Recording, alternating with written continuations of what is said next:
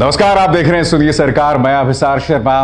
आपको याद होगा कुछ दिनों पहले आपके सामने हम एक प्रस्तुति लेकर आए थे और हमने आपसे कहा था कि प्रधानमंत्री नरेंद्र मोदी एक जादूगर हैं और हर अच्छे जादूगर की तरह उन्हें हिप्नोसिस आता है, यानी कि सम्मोहन, और वो देश की जनता के एक बहुत बड़े हिस्से का सामूहिक सम्मोहन कर रहे हैं। और क्या आप जानते हैं कि इस जादूगर के कुछ नारे भी हैं? वो नारे याद है ना आपको? ताजा नारा तो मैं भी चौकीदार हूं। इससे बस कुछ ही दिनों पहले नारा आया था, कौन सा वाला? नामुमकिन अब मुमकिन है और मोदी हैं तो मुमकिन है।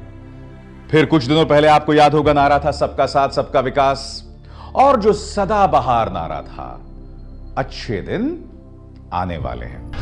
अच्छे दिन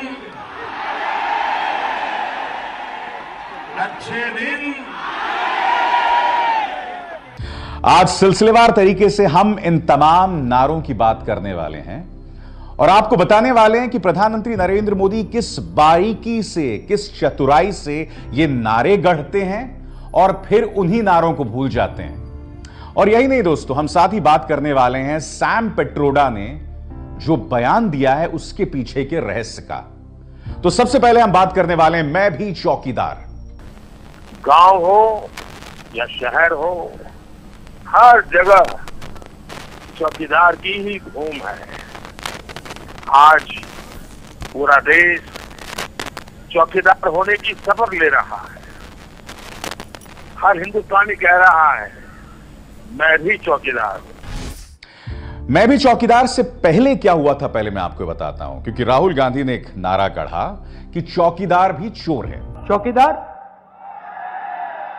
चौकीदार चौकीदार। कि रफाल को लेकर विवाद हो रहा था, उसको लेकर जिस तरह से पारदर्शिता की कमी दिखाई दे रही थी मोदी सरकार में, उसको लेकर उन्होंने एक नारा गढ़ा जो बहुत लोकप्रिय हो रहा था लोगों में। चौकीदार ही चोर है के जवाब में आया मैं भी चौकीदार। अब यह भी दोस्तों एक राजनीतिक बयान था, मगर प्रधानमंत्री नरेंद्र मोदी की चतुराई देखिए। वो देश की आम जनता के कंधों पर बंदूक रख के विपक्ष पर हमला बोलने लगे। सबसे पहले आप सुनिए किस तरह से उन्होंने पार्टी के ही नेता आर.के. सिन्हा के फर्म के चौकीदारों से जो संवाद किया, और इस संवाद में उन्होंने चौकीदारों से माफी मांगी कि आपकी बेइज्जती देश के विपक्ष ने की।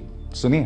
देश में चौकीदारी का काम करने वाले, चाहे सेना के जवान हो, पुलिस के जवान हो, सुरक्षा बल के जवान हो, और आप जैसे दिन रात मेहनत करने वाले लोग हो, मैं सबसे पहले तो आप सबकी माफी मांगता हूं।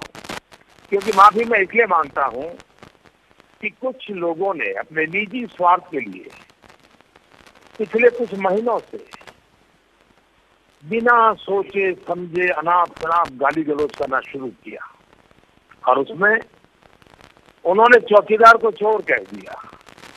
एक प्रकार से हर चौकीदार के जीवन के सामने, उनकी तपस्या के सामने उन्होंने सवालिया निशान खड़ा कर दिया। अब देखिए इसमें दिक्कत क्या है। विपक्ष ने चौकीदार ही चोर है जो नारा गढ़ा था, वो आपके लिए गढ़ा था मोदी जी, देश के चौकीदारों के लिए नहीं। मगर आप क्या कह रहे हैं? आप उस चौकीदार से माफी मांग रहे हैं उस चीज के लिए जो कि विपक्ष ने किया भी नहीं है। उस चौकीदार को चोर नहीं बताया जा रहा है मोदी जी, ये एक राजनीतिक नारा था जिसके निशाने पर आप थे। मगर आप क्या कह रहे हैं? आप ये कर रहे हैं कि आप देश की जनता को दबा कुचला बेचारा बनाकर कह रहे हैं कि देखो साहब, आप पर हमला किया जा रहा है, लिहाजा मैं आपसे माफी मांगता हूं। मैं एक चीज बताना चाहता हूं दोस्तों, जब एक परिवार का मुखिया होता है ना, और जब उस परिवार पर हमला होता है, तो वो मुखिया सारे हमले को अपने सीने पर लेता है। वो उस हमले को अपने परिवार की तरफ जो है डाइवर्ट नहीं कर देता है। प्रधानमंत्री यही कर रहे हैं। हमला अगर देश की जनता पर नहीं हो रहा है, मगर फिर भी वो उस हमले को देश की जनता पर लाद रहे हैं। यह दिक्कत है यहां पर। जी हां, यह दिक्कत है मैं भी चौकीदार है के इस नारे में। और आप जानते हैं कि मैं भी चौकीदार है के नारे को लेकर कितना जबरदस्त प्रोपेगेंडा चल रहा है। वो गाना जो रिलीज हुआ याद है ना आपको? वो एक अकेला चल पड़ा, मैं उसकी ही कतार हूं।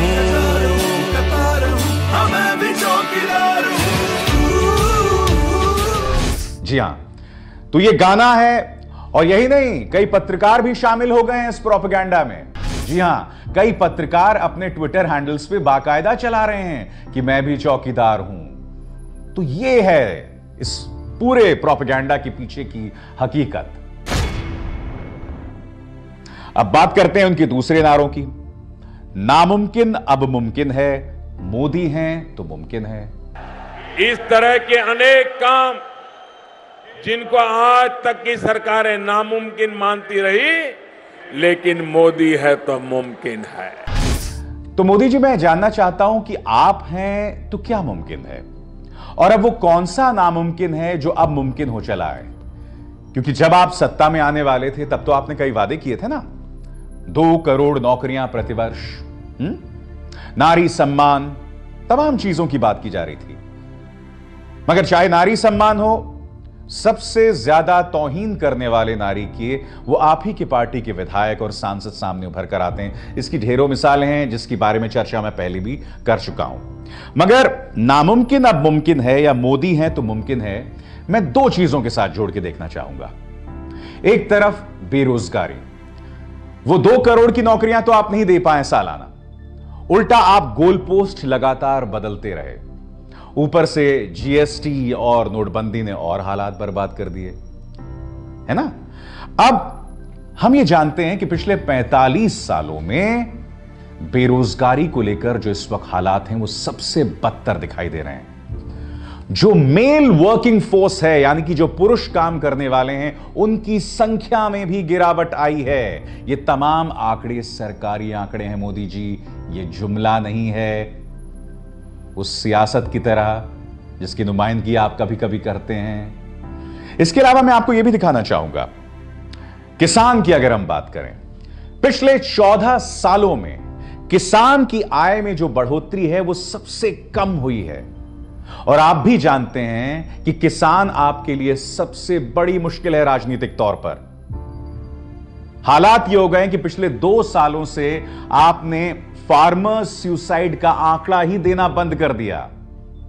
ऐसा पहले कभी नहीं हुआ है। जी हां, यानी कि खतरे का और समस्या का तो आपने समाधान नहीं किया, मगर एक शुतुरमुर्ग की तरह आपने अपनी गर्दन जो है वो रेत में दफन कर दी। जब खतरा ही नहीं दिखाई देगा तो खतरा किस बात का? तो यह है मोदी सरकार की शुतुरमुर्गी सोच। और इसी से जुड़े हैं इनके 2 नारे, मोदी हैं तो मुमकिन है और नामुमकिन अब मुमकिन है। अब हम तीसरे नारे पर आते हैं, सबका साथ सबका विकास। सबका साथ सबका विकास, सबको जोड़ करके चलने से कैसे परिणाम आते हैं, हमने करके दिखाया। मेरे ख्याल से सबसे ज्यादा मजाक दोस्तों अगर किसी नारे का लगा है तो वो इस नारे का लगा है, सबका साथ सबका विकास। मुझे आपको बताने की जरूरत नहीं है कि पिछले 5 सालों में गाय के नाम पर किस तरह से लोगों की जानें गई हैं। ये अखलाक, ये पहलू, या फिर हापुड़ में वो बेबस इंसान, या फिर ऊना में दलितों को मारा जाना, ये महज तस्वीरें नहीं है जो इस वक्त आप अपने स्क्रीन पर देख रहे हैं। ये हकीकतें हैं जो पिछले 5 साल की हैं। मगर मैं सबका साथ सबका विकास को एक अलग नजरिए से देखना चाहूंगा। जब आप सबको अपने साथ जोड़ना चाहते हैं, ठीक है, मगर आपने क्या किया? न सिर्फ अल्पसंख्यकों या दलितों को टारगेट बनाया गया, बल्कि जो लोग आपसे इत्तेफाक नहीं रखते हैं, जो लोग आपसे सवाल करते हैं, आपने उन्हें भी हाशिए पर ढकेल दिया। पत्रकार जो आपसे सवाल करते थे, आज की तारीख में उन्हें कोई नौकरी नहीं दे रहा है। जो एनजीओज हैं, विश्व प्रसिद्ध एनजीओज हैं, उनके लिए हालात ऐसे आपने पैदा कर दिए कि उन्होंने अपना बोरिया बिस्तर समेट लिया। इसके अलावा जो एक्टिविस्ट्स हैं, सामाजिक एक्टिविस्ट्स हैं, उनके लिए हालात बद से बदतर किए जा रहे हैं। तो यह कैसे हो सकता है सबका साथ सबका विकास? और यह तो रहा सबका साथ सबका विकास। इसके अलावा वो तमाम चीजें जिसके लिए जनता आपको चुनकर लाई थी, जिसको लेकर आपने दमदार नारे लगाए थे 2014 से पहले, मई 2014 से पहले, वो नारे मैं नहीं भूला हूं मोदी जी, आप भूल गए हैं तो नहीं पता। आइए वो तमाम नारे मैं आपको फिर याद दिलाता हूं और आपने फिर किस तरह से अपना रुख बदला। शुरुआत हम करने जा रहे हैं चीन को लेकर, जो आपका रुख पहले था और बाद में आप किस तरह से। इसी तरह से मैं FDI, GST तमाम चीजों की बात करने वाला हूं, आप देखिए। चाइना के साथ उनकी इन जो हरकतों के खिलाफ आवाज उठानी चाहिए थी, लाल आंख कर करके चाइना को समझाना चाहिए था।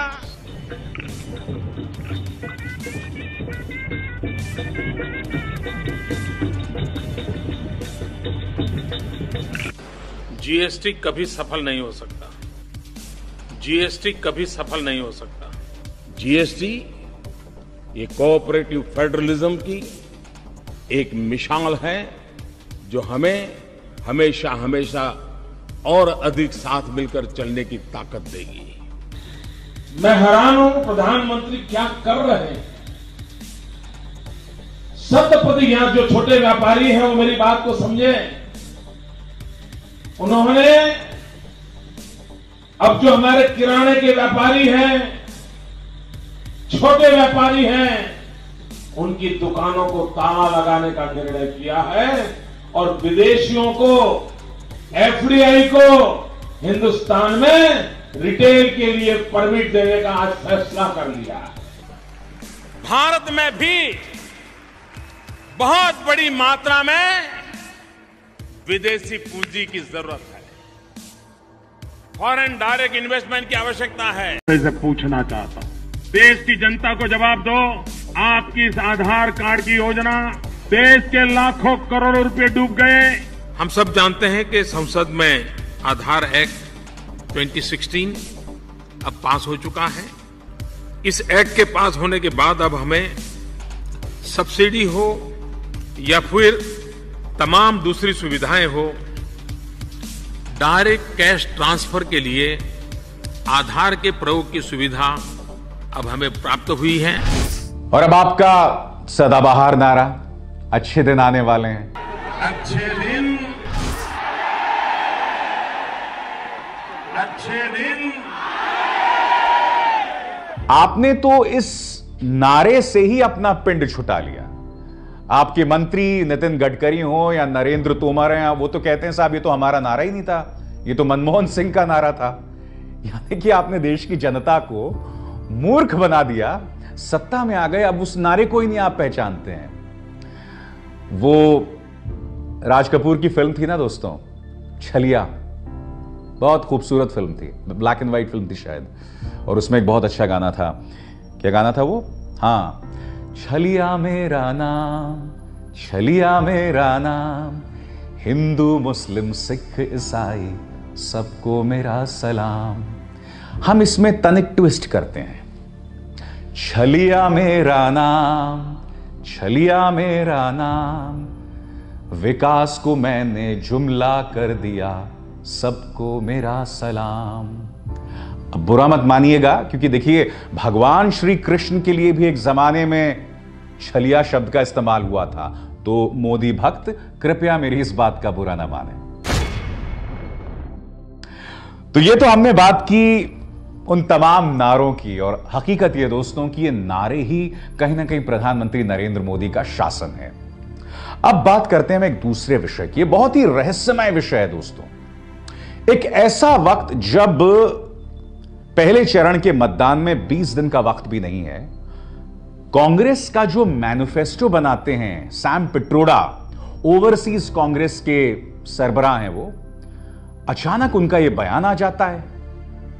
और वो बयान किस पे आता है? पुलवामा पर आता है। वो बयान किस पे आता है दोस्तों? वो बयान आता है 26/11 पर।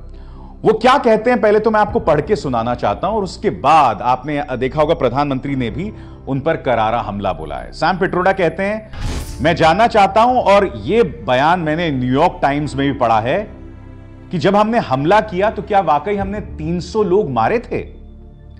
अब इसके जवाब में प्रधानमंत्री ने कहा कि विपक्ष हमारे सैनिकों की बार बार बेइज्जती करती है।